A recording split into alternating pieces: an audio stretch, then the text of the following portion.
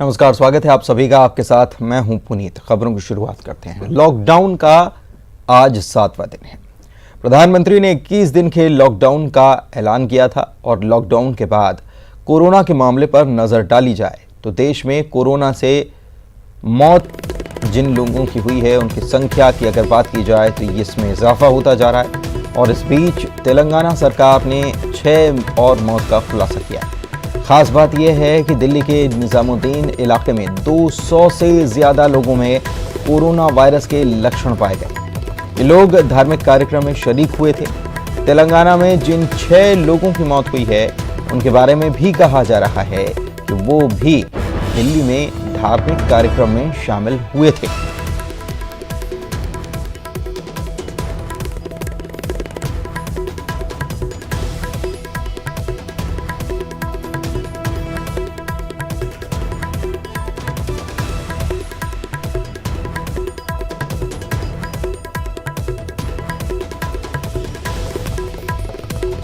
तो देश में लगातार मौत का आंकड़ा, कोरोना से मौत का आंकड़ा बढ़ता जा रहा है। तेलंगाना में कोरोना पीड़ित 6 लोगों की मौत हो गई।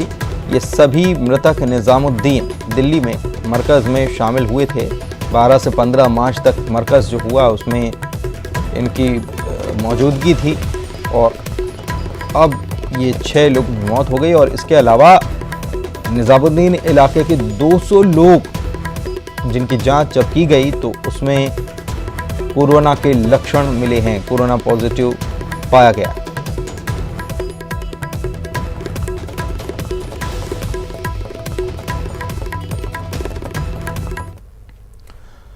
एक और मौत हुई इंदौर में। मध्य प्रदेश में शासन और प्रशासन कोरोना वायरस के संक्रमण को रोकने के लिए तमाम तरह की कोशिश कर रहा है और इस बीच प्रदेश में कोरोना वायरस से संक्रमित 8 नए मामले मिले हैं। नए पॉजिटिव मामलों के सामने आने के बाद प्रदेश में कोविड-19 से पीड़ितों की संख्या 39 से बढ़कर 47 हो गई है। जानकारी के मुताबिक इसमें 7 नए मरीज इंदौर में ही सामने आए तो वहीं एक पॉजिटिव रिपोर्ट उज्जैन से सामने आई।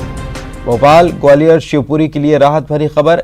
यहां कल भी कोरोना का एक भी पॉजिटिव केस सामने नहीं आया।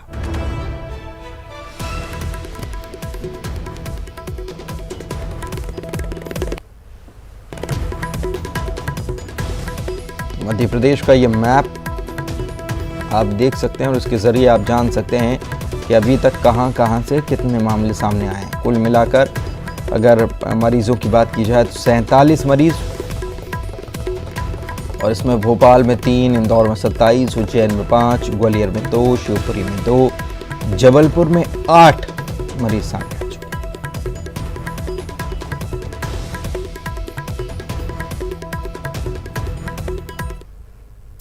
इंदौर में एक के बाद एक कोरोना मरीजों की लगातार बढ़ रही संख्या से चिंतित प्रशासन ने शहर को 3 दिन के लिए पूरी तरह से लॉकडाउन कर दिया है। फुल लॉकडाउन का आज दूसरा दिन है। सख्ती का असर भी देखने को मिला। पेट्रोल, सब्जी, किराना समेत सभी जरूरी सामान की दुकानों पर भी ताला लगा रहा।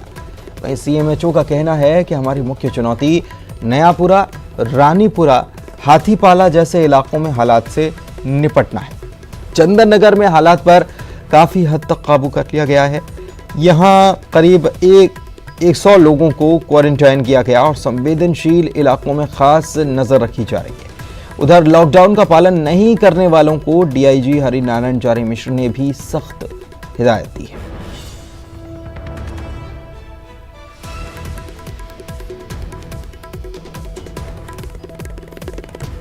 जागरूक हैं, पालन भी कर रहे हैं, लेकिन कुछ लोगों की लापरवाही के कारण सबको खतरे में नहीं डाला जा सकता।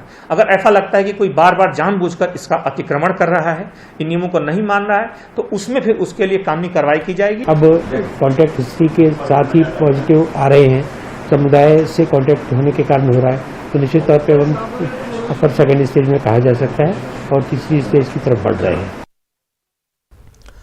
और जबलपुर से राहत की खबर है। यहां पर संदिग्ध 9 मरीजों की रिपोर्ट निगेटिव आई है। आईसीएमआर लैब से कल इन मरीजों की रिपोर्ट आई थी, रिपोर्ट निगेटिव निकली और ऐसे में जबलपुर में कोरोना के फिलहाल 8 पॉजिटिव मरीज हैं।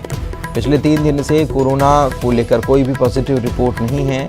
लॉकडाउन को प्रभावी बनाने के लिए प्रशासन आज से सख्त रुख दिखाएगा और आज से सड़क पर किसी तरह के वाहन की आवाजाही पर रोक रहेगी। इसके साथ ही बगैर काम के घूमने वालों पर प्रशासन सख्त कार्रवाई करेगा, ये बात कही।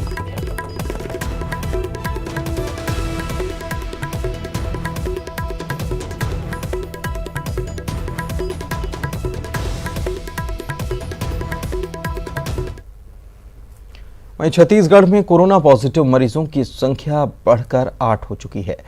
हाल ही में लंदन से लौटे व्यक्ति की रिपोर्ट पॉजिटिव सामने आई है। एम्स के डॉक्टर्स ने इस बात की पुष्टि भी कर दी है। युवक कोरबा का निवासी है और उसे होम क्वारंटाइन में रखा गया था।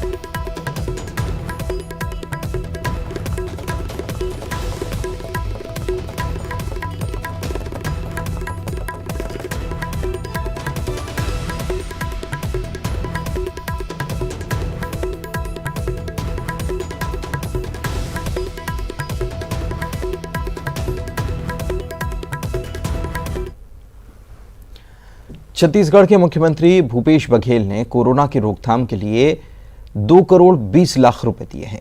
11 जिलों को सीएम ने 2 करोड़ 20 लाख रुपए दिए हैं, जिनमें कोरबा, बिलासपुर, रायपुर, दुर्ग, रायगढ़, बलौदाबाजार, राजनांदगांव, बलरामपुर, मुंगेली, कोरिया और कबीरधाम शामिल हैं। मुख्यमंत्री सहायता कोष से हर जिले के लिए 20-20 लाख रुपए का आवंटन हुआ है। अब आवश्यक संसाधन, सामग्री और राहत की भी व्यवस्था इस रकम से की जाए।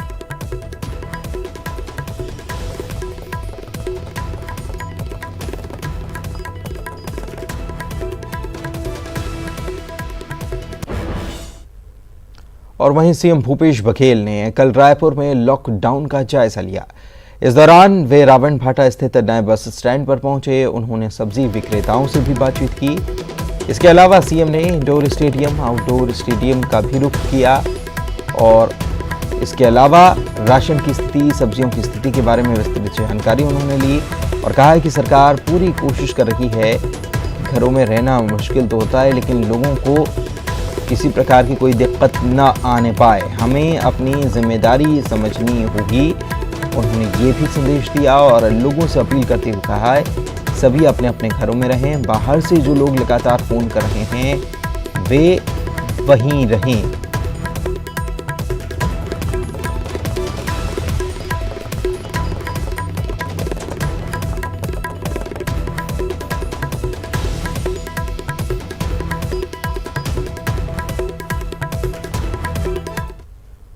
इधर कोरोना संकट के बीच कंस्ट्रक्शन के काम में जुटे श्रमिकों की मदद के लिए शिवराज सरकार आगे आई। सीएम शिवराज ने रजिस्टर्ड श्रमिकों के खाते में 1,000 रुपए ट्रांसफर किए। ये राशि श्रमिकों के खाते में 31 मार्च तक जमा हो जाएगी। सीएम शिवराज ने सिंगल क्लिक से 8,85,000 नवासी मजदूरों के खातों में प्रति श्रमिक के खाते में पैसे ट्रांसफर किए हैं। सीएम ने श्रमिकों की चिंता न करने को लेकर कहा और लॉकडाउन का पालन करने की उन्होंने अपील लोगों से की और कहा कि चिंता श्रमिकों की भी सरकार कर रही है। श्रमिकों से उन्होंने फ़ोन पर बात भी की और उनका हाल भी जाना।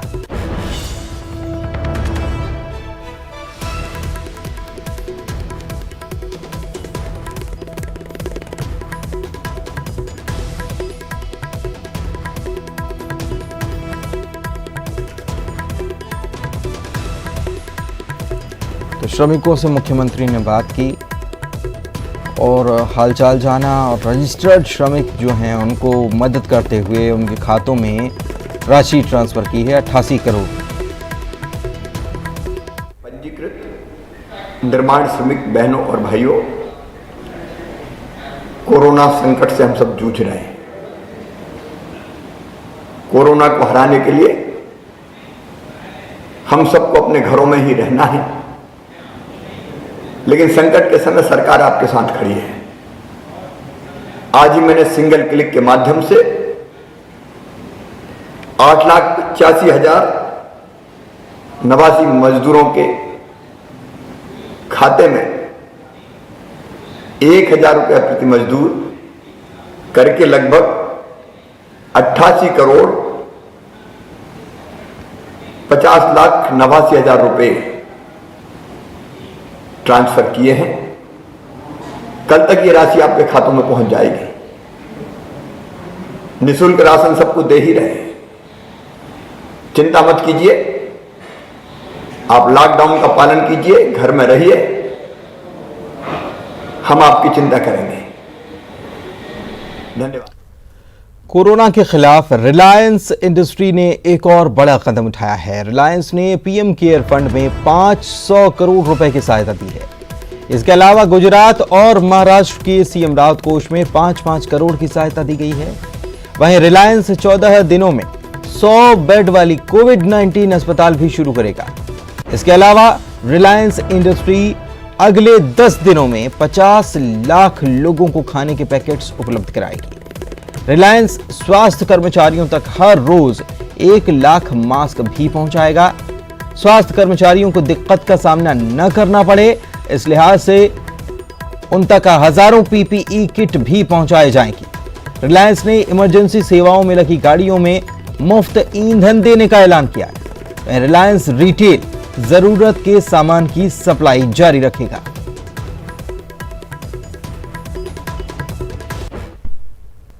लॉकडाउन का आज 7वां दिन है और इधर कोरोना को लेकर रूस में दहशत का माहौल देखने को मिल रहा है।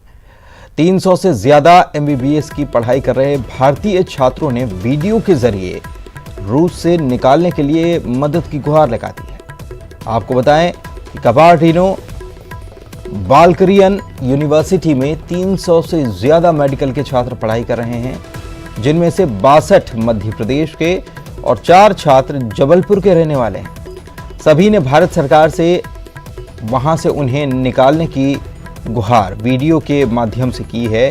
वीडियो आने के बाद छात्रों के परिजनों में हड़कंप है और वे अपने बच्चों को वापस लाने के लिए प्रशासनिक दफ्तर से लेकर जनप्रतिनिधियों की चौखट तक नापने में जुटे हैं। आपको बता दें कि छात्रों का ये कहना है कि रूस में भी कोरोना पैर पसारता जा रहा है। 300 से ज्यादा छात्र एक ही बिल्डिंग में रहने के लिए मजबूर हैं।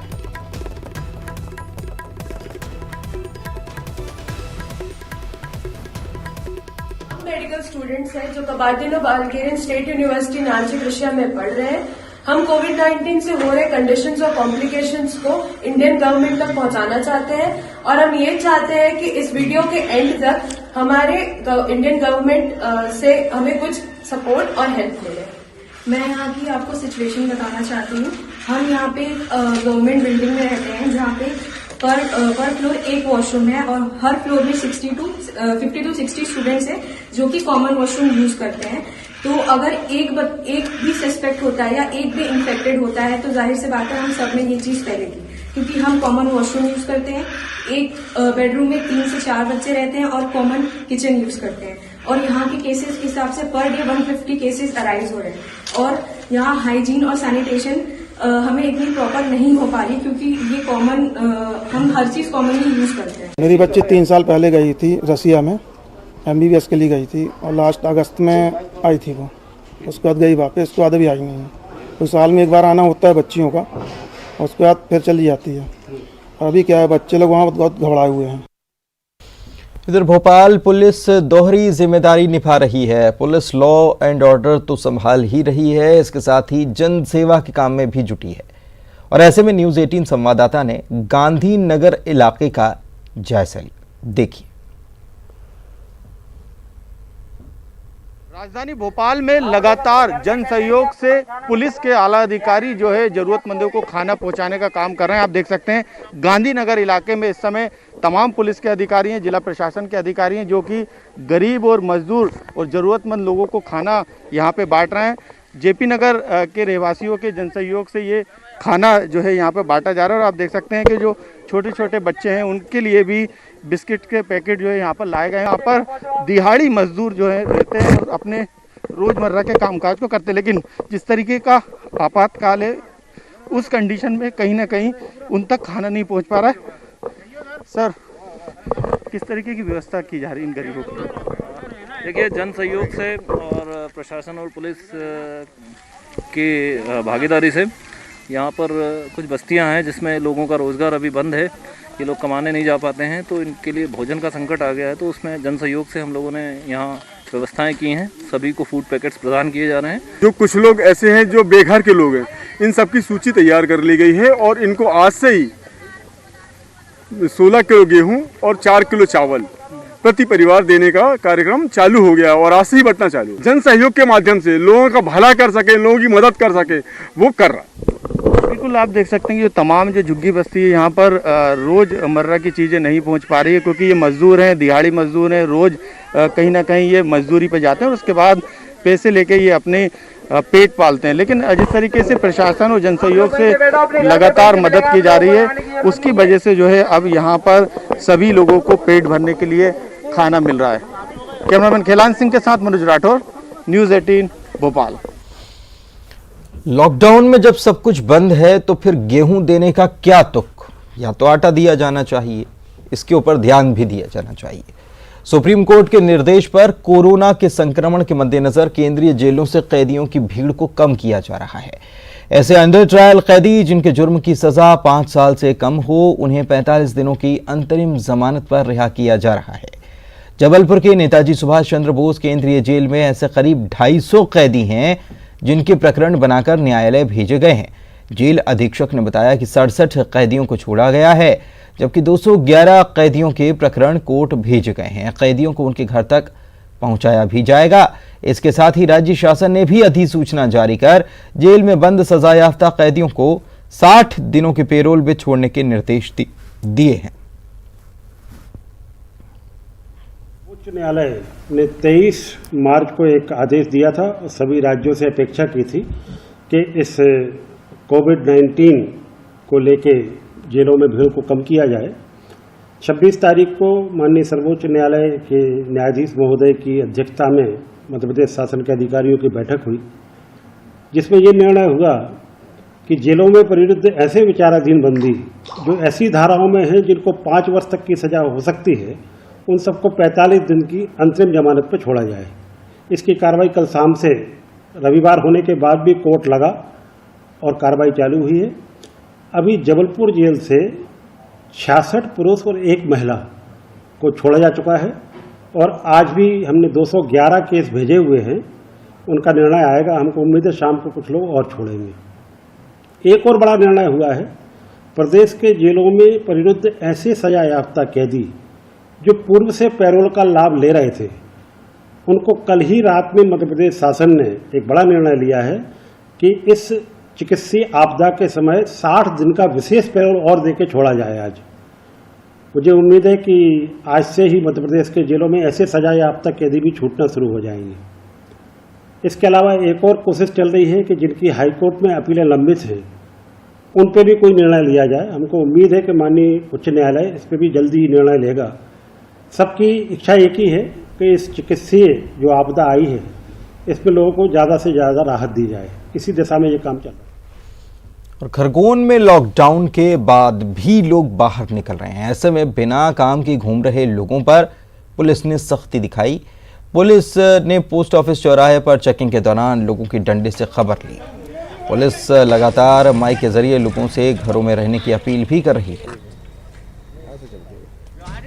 डबल गाड़ी भेजो, एक गाड़ी और भेजो। कौन सी जगह? ये पुलिस अधीक्षक महोदय और माननीय कलेक्टर महोदय द्वारा जिला प्रशासन ने अभी ये आदेश दिए हैं कि इंदौर को देखते हुए खरगोन में सख्ती की जाना बहुत आवश्यक है। जो ये गलियों में झुंड बना के भेज रहे हैं, उनके लिए हमने ड्रोन कैमरे से उनके जानकारी ले रहे हैं कि कहाँ ये छुपे और गलियों में फालतू बैठे रहते हैं। उसके आधार पर ड्रोन कैमरे में जो लोग आ रहे हैं, वहाँ अपने चीता स्क्वाड भेज के उन लोगों के खिलाफ कार्रवाई।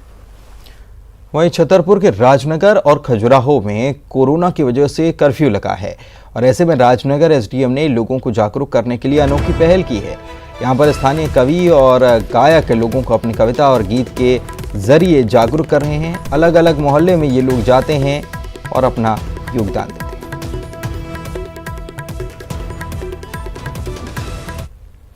और बड़ी खबर आपको बता दें, ईरान और इटली में फंसे 500 लोगों को क्वारंटाइन किया जाएगा। विशेष विमान से इन्हें भोपाल लाया जाएगा और क्वारंटाइन किया जाएगा। ये बड़ी खबर इस वक्त आपको दे रहे हैं। ईरान और इटली में ये 500 लोग फंसे हुए थे, जिन्हें क्वारंटाइन किया जाएगा। विशेष विमान से भोपाल लाया जाएगा।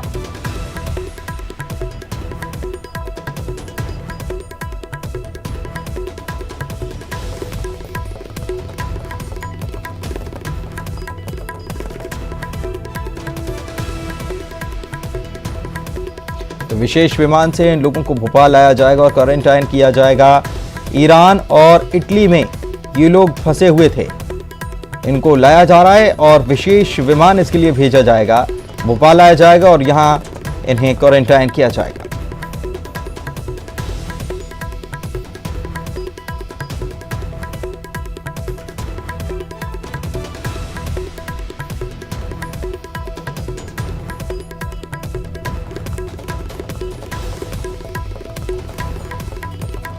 बड़ी खबर आपको बता रहे हैं, विशेष विमान भेजा जाएगा और विशेष विमान से इन्हें भोपाल लाया जाएगा। और प्रदेश में कोरोना सैंपल की जांच की क्षमता में भी इजाफा किया गया है। एम्स में सैंपल जांच की क्षमता बढ़ गई है और अब अच्छी बात यह है कि हर दिन 200 सैंपल्स की जांच हो सकेगी।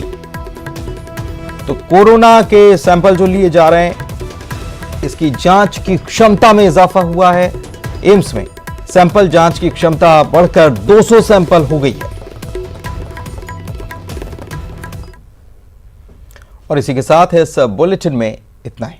नमस्कार।